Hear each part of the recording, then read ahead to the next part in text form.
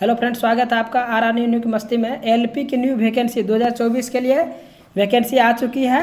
पूरा डिटेल से देखेंगे लास्ट टाइम और इस बार में क्या अंतर है और कहाँ कैसे आपको तैयारी करनी है। मेन है कि आप ये जान चुके होंगे कि ये कितनी वैकेंसी है। यहाँ पे सबसे मेन है कि आपको तैयारी कैसे करनी है, किस तरह का किस में अप्रोच करना है। क्योंकि देखिए, आप जो सिलेक्टेड स्टूडेंट रहते हैं, आप जानते हैं कि वो बहुत ऐसी चीज़ है जो आप जानते हैं कि आप टेस्ट कर मार रहे हैं, मॉक टेस्ट दे रहे हैं तो अलग है, बट एग्जाम में आप बैठ के देंगे तो वहाँ का थोड़ा सा माहौल अलग होता है। तो पूरा डिटेल से बात करेंगे इसमें। तो देखिए, सबसे पहले ओपनिंग तो आज देखिए 19 है, तो कल 20 से ही शुरू हो जाएगा। कल से फॉर्म फिलअप मतलब शुरू स्टार्ट हो जाएगा। क्लोजिंग डेट आपका 19 मतलब 19/2 का है, फरवरी 19 को ये समाप्त हो जाएगा और कल 20 जनवरी से आपका स्टार्ट है। एप्लीकेशन ऑनलाइन होना स्टार्ट हो जाएगा। और सबसे आप ये जान रहे हैं कि लेवल 2 का ये है, लेवल 1 की ग्रुप डी होती है और ये लेवल 2 की है। यहाँ पे 19,900 है, ये तो आप जान रहे हैं। सबसे मेन है कि एज लिमिट आप देख लीजिए, सबसे इम्पोर्टेंट है 18 से 30 साल तक जिनका उम्र है वही भर सकते हैं। अब इसमें 18 से 30 साल, अब यहाँ पे आगे डिटेल से भरेंगे कि एज रिलैक्सेशन आपको किस कैटेगरी को कितना दिया जाएगा, तो आगे है आपको डिटेल से बात करेंगे उस पर। लेकिन आप जनरली क्या है 18 से 30 तक है, तो आप 18 प्लस है और 30 से बिलो है तो कोई भी कैटेगरी से आप आराम से भरिए। लेकिन अगर 30 प्लस हो गए हैं, 18 के नीचे तब तो नहीं भर सकते हैं, 18 प्लस ही होना चाहिए। लेकिन 30 के प्लस हो गए तो वहाँ पर एज रिलैक्सेशन मिलेगा, जो आगे बात करेंगे। वैकेंसी यहाँ जो दी गई है वो 5696 वैकेंसी है। टोटल सभी बोर्ड मिला के जो वैकेंसी है ऑल आरआरबी का, वो 5696 वैकेंसी है। और सबसे जो इम्पोर्टेंट है इस पर बात करते हैं। तो यहाँ पे देखिए, आप अभी चार तरह के category SC ST OBC EWS यहाँ पे जो है और EBC। तो यहाँ पे सबसे जो इम्पोर्टेंट है एज, आपको देख लीजिए जो एज जो 18 से 30 तक है, ये सब छोटा छोटा चीज़ आपको ध्यान रखना, नहीं तो आगे क्या होता है एज वगैरह में अगर आप प्रॉब्लम कर देंगे तो फॉर्म आपका सीधा रिजेक्ट कर दिया जाएगा। इसलिए छोटी छोटी बात पर जरूर ध्यान रखें। 1/7/2024 मतलब जो 18 से 30 तक एज जो लेगा, लास्ट आपका जो काउंट का एज ऑन का मतलब हुआ कि 1/7 मतलब 1 जुलाई 2024 तक आपका क्या करेगा, काउंट करेगा एज आपका। उसके बाद काउंट नहीं करेगा। तो आप लास्ट के कहाँ तक गेन करेगा, एज ऑन मतलब लास्ट आपका 1/7/2024 तक काउंट होगा। तो आप ध्यान रखेंगे इस बात को। अगला देखिए है, ये बहुत इंपॉर्टेंट चीज़ थी, ये मैंने बता दिया। अगला जो है आपका देखिए यहाँ पे जो है देखिए शॉर्ट लिस्टिंग कैंडिडेट जो है, ये बहुत जानना इंपॉर्टेंट है। यहाँ पे देखिए फिर जो लास्ट टाइम हुआ था, जैसे क्या हुआ था CBT 1 इस बार भी होगा, फिर CBT 2 होगा, उसके साथ ही आपका ट्रेड का भी होगा, ट्रेड का होगा। तो ये आपका एक तरह का बोलिए PT है और ये मेंस का है। तो जो आपका CBT जो होगा CBT 1 और ये CBT 2 प्लस ट्रेड एक साथ होगा, CBT 1 सेपरेट होगा। एक चीज़ और भी ध्यान रखेंगे, जो CBT 1 होगा वो किसी एक RRB में आप भर देंगे किसी एक RRB में, बट आपका क्या होगा एक साथ सभी का एग्जाम लिया जाएगा CBT 1 का। लेकिन यहाँ पे क्या होगा CBT 2 का आगे लिखा हुआ है कि CBT 2 जो होगा वो होगा आपका बोर्ड के, ये आपका जो होगा वो बोर्ड वाइज होगा, RRB के वाइज होगा। तो यहाँ पे देखिए CBT 1 है ना, यहाँ जो CBT देख रहा है shall done by RRB wise कौन सा, तो यहाँ पे देखिए सेकेंड स्टेज CBT यहाँ पे लिखा हुआ RRB वाइज लेगा। और ये कितना टाइम्स देगा, जितनी वैकेंसी रहेगा उसकी 15 टाइम्स मतलब 15 गुना ज़्यादा आपका वैकेंसी से दिया जाएगा। और एक चीज़ यहाँ लिखा हुआ कि मे बी इंक्रीजेज और डिक्रीजेज रिक्वायरमेंट, इधर रेलवे एडमिनिस्ट्रेशन है कि वैकेंसी बढ़ा भी सकती है घटा भी सकती है। It will be based on short listed candidate, CBT will inform through the RRB website. ये आपका जो भी जानकारी दी जाएगी वो आपका SMS या मोबाइल नंबर के थ्रू आपका जानकारी दे दी जाएगी। अब नेगेटिव मार्किंग का बात करेंगे, तो यहाँ पे ये भी आगे भाई बात कर लेते हैं। चलिए बात कर लेते हैं कि CBT 1 में जो लास्ट टाइम था 75 क्वेश्चन, वही 75 क्वेश्चन रहेगा। और आपका जो CBT 2 रहेगा, CBT 2 में आपके वही 100 क्वेश्चन रहेंगे। और जो आपका ट्रेड रहेगा, ट्रेड में भी आपका कितना रहेगा 75 क्वेश्चन, मतलब CBT 1 में 75 क्वेश्चन रहेंगे। अगर आप CBT 2 दीजिएगा उसमें 100 क्वेश्चन और ट्रेड में रहेगा आपका 75 क्वेश्चन। तो वो लास्ट टाइम का फॉर्मेट है, इसमें कुछ नया नहीं है। नेगेटिव मार्किंग का बात करेंगे तो वही 1/3 है आपका नेगेटिव मार्किंग। अगर आप 3 क्वेश्चन गलत करते हैं तो 1 नंबर आपका क्या आ जाएगा, काट लिया जाएगा। और ये आपका क्या है, सिर्फ साइको को छोड़ के यहाँ पे लिखा हुआ देखिए CBET, साइको जो है कंप्यूटर बेस्ड एप्टीट्यूड टेस्ट उसको बोला जाता है साइको को छोड़ के आपका ट्रेड में भी नेगेटिव मार्किंग लगेगा, CBT 1 में भी लगेगा और CBT 2 में, मतलब सभी में है ट्रेड छोड़ के आपका नेगेटिव मार्किंग होगा। ट्रेड में आपका आपका ध्यान रखेंगे कि ट्रेड में क्या होता है, negative marking, no negative marking इन कंप्यूटर बेस्ड एप्टीट्यूड टेस्ट, मतलब आपका जो साइको रहेगा, आप CBT 1 क्वालिफाई करिएगा, CBT 2 क्वालिफाई करिएगा। से आप एक भी और ध्यान छूट गया कि जो ट्रेड है आपका, ट्रेड रहेगा क्वालिफाइंग नेचर का। ट्रेड कैसा रहेगा आपका, क्वालिफाइंग, सिर्फ और सिर्फ आपको क्वालिफाई करना है। और 75 क्वेश्चन है, वहाँ पर आपको क्या सिर्फ और सिर्फ क्या करना है, क्वालिफाई करना है। कितना % मार्क्स लाके आगे डिटेल से बात करेंगे। और यहाँ पे देखिए, यहाँ पे हो गया निगेटिव मार्किंग का। अब जनरल इंस्ट्रक्शन को छोड़िए, आगे आइए। अब अगला पॉइंट पर यहाँ देखिए, यहाँ पे लिखा हुआ है date of CBT 1 CBT 2 DV date, जो DV को बोला जाता है आपका डॉक्यूमेंट वेरिफिकेशन। DV डेट या जो मेडिकल होगा वो क्या होगा, सारे जानकारी ई कॉल लेटर या आपका email ID या मोबाइल के थ्रू आपको दिया जाएगा बोर्ड के द्वारा, जिस बोर्ड में भरेंगे। अगला क्वेश्चन आपका देखिए, अगला जो इसमें मेन क्वेश्चन है और यहाँ पे ज़्यादा सबसे है, यहाँ पे देखिए बात करते हैं। हाँ, मेडिकल स्टैंडर्ड, ये बहुत इंपॉर्टेंट है। मेडिकल स्टैंडर्ड A1 क्या होता है, आप कंफ्यूज मत करिएगा। ये ग्रुप डी में बहुत सारा आप सुने होंगे कि B1 ही वहाँ स्टार्ट होता है, B1 B2 C1 C2 या B3 इस तरह का। यहाँ पर सिर्फ और सिर्फ इसमें क्या है, A1 कैटेगरी लेगा मेडिकल। A1 कैटेगरी मतलब आपके सबसे पहले तो आँख आपका 6/6 होना चाहिए, सबसे पहला है। और किसी तरह का जो है फिजिकल प्रॉब्लम, मतलब हेल्थ प्रॉब्लम ज़्यादा किसी में खास नहीं रहना चाहिए, नहीं तो आपको क्या हो जाएगा, मेडिकल में आपको अनफिट कर दिया जाएगा। इसमें हर तरह का इसका जो मेडिकल है अन्य से, मतलब ग्रुप डी का बात करेंगे, NTPC, वो सबसे थोड़ा सा ज़्यादा डीपली किया जाता है। तो आपको इसलिए तब ये आपको A1 कैटेगरी दिया जाता है मेडिकल स्टैंडर्ड। लेकिन अब ज़्यादा आप नहीं देंगे, बहुत ईजिली होता है। मैंने दिया था 6/6। आपका आंख में कोई प्रॉब्लम नहीं है तो कोई दिक्कत नहीं होगा। मेडिकल में ऐसा कुछ नहीं कि A1 लिखा हुआ है तो बहुत कुछ ऐसा प्रोसेस है, कुछ भी नहीं है। आप में कोई प्रॉब्लम नहीं है तो मेडिकल में भी कोई प्रॉब्लम आपको नहीं होगा, बस ध्यान रखेंगे।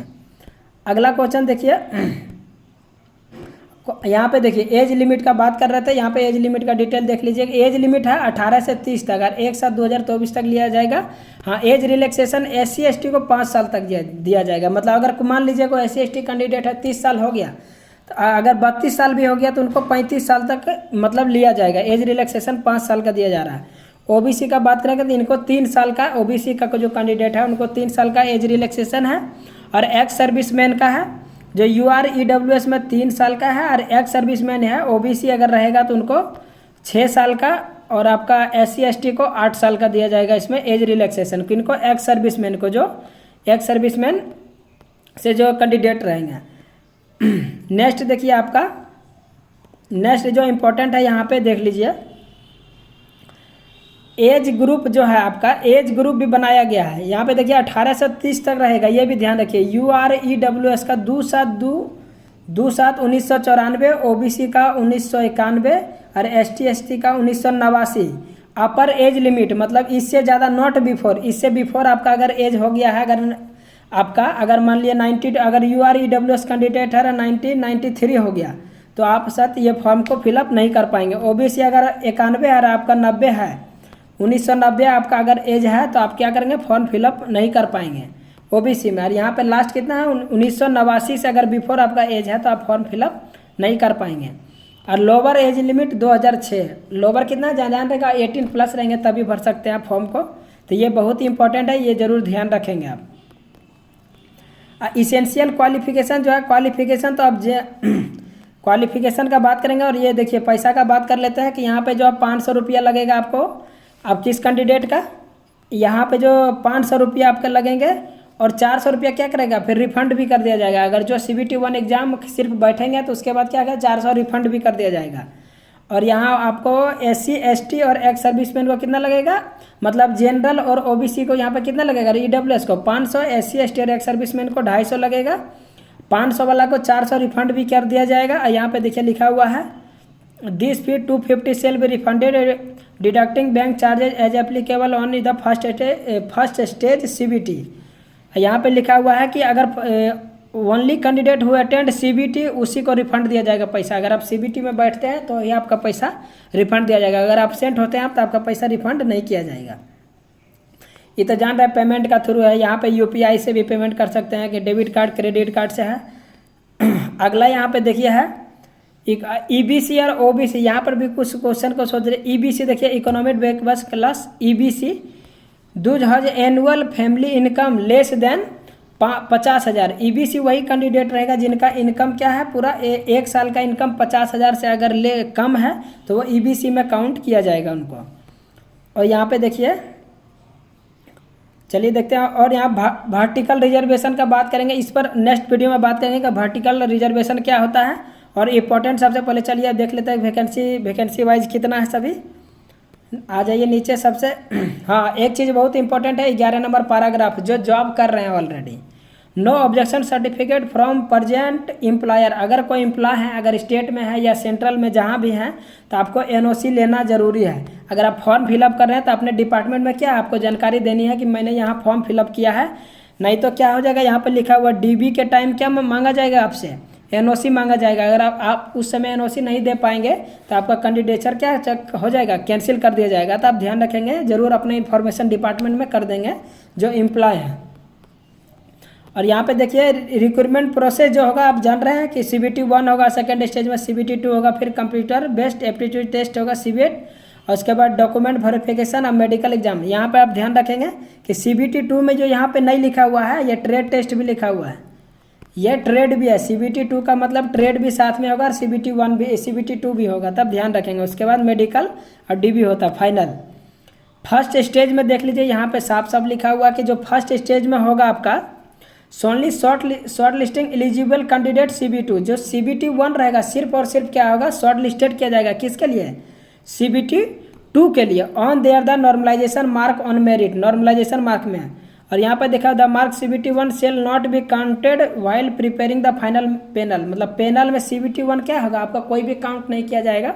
सिर्फ और सिर्फ यहाँ पर क्या होगा, शॉर्ट लिस्टेड कैंडिडेट, मतलब शॉर्ट उसको CBT 2 के लिए जितना क्वालिफाई करना है 15 गुना जो लिखा था उस तरह का यहाँ पे क्या होगा, CBT 1 से सिर्फ शॉर्ट लिस्टेड किया जाएगा। अगला का देखिए, candidate belonging OBC ST CB2 available relaxed standard age shall continue to dated candidate of their respective reserve community only for the subsequent stage और देयर रिक्वायरमेंट प्रोसेस। तो यहाँ पे देखिए जान रहे हैं कि OBC ST ये सब क्या है कि उस समय आपको CBT 2 का टाइम जो है, DB के टाइम भी आपको क्या करेगा, प्रोड्यूस करना पड़ेगा, देना पड़ेगा। पैटर्न सिलेबस आप यहाँ पे देख लीजिए, जो आपका फर्स्ट होगा वो क्या होगा, 75 क्वेश्चन रहेगा और एक एक मार्क का रहेगा। प्रत्येक क्वेश्चन कितना होगा, 1 मार्क का। था टोटल मार्क कितना हो गया, 75 क्वेश्चन का। यहाँ मिनिमम क्वालिफाइंग मार्क्स है, EWS UR के लिए 40 है, OBC के लिए 30, SC और 30 और ST के लिए 25। तो ये तो मिनिमम है, कम से कम इतना आपको इससे ऊपर ही लाना है।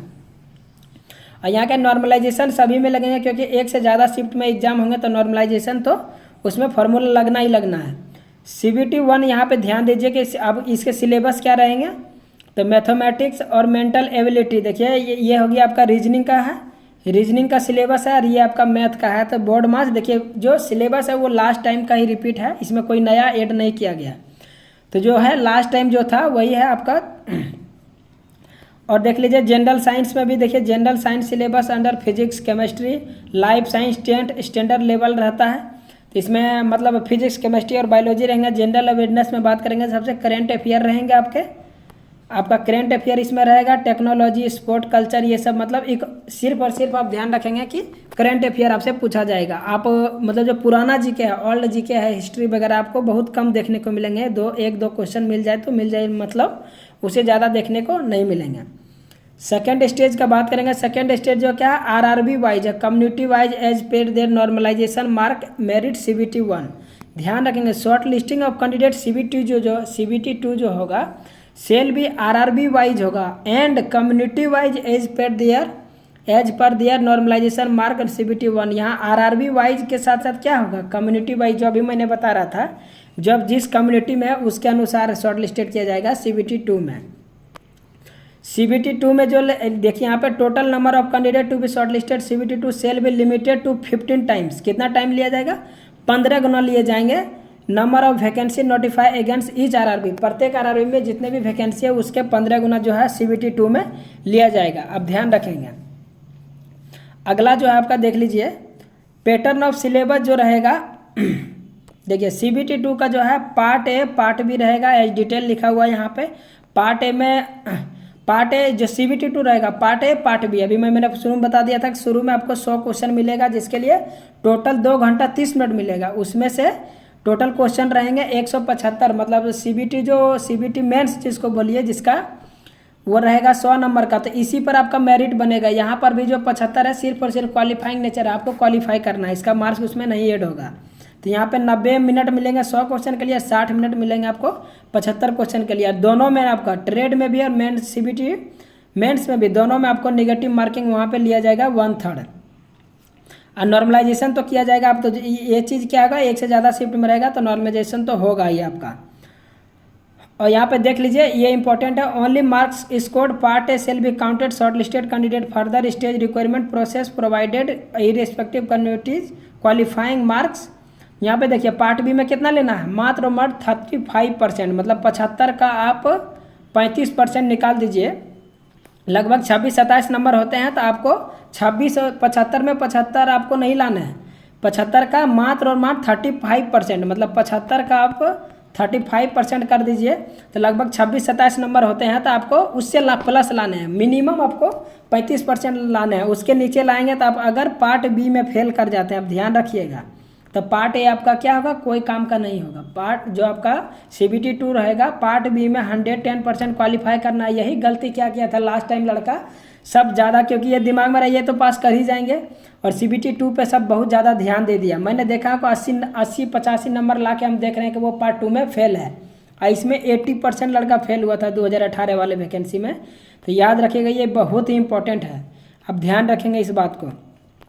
CBT 2 में भी वही है आपका, मैथमेटिक्स जनरल इंटेलिजेंस में यहाँ पर एक नया जोड़ा जाता है, बेसिक साइंस और इंजीनियरिंग ड्राइंग। ये आपका थोड़ा अलग चैप्टर है, ज्योमेट्री टाइप का, लेकिन ये भी कोई ज़्यादा नहीं है, हार्ड चैप्टर नहीं है, ये आराम से पढ़ सकते हैं, इससे भी क्वेश्चन आते हैं।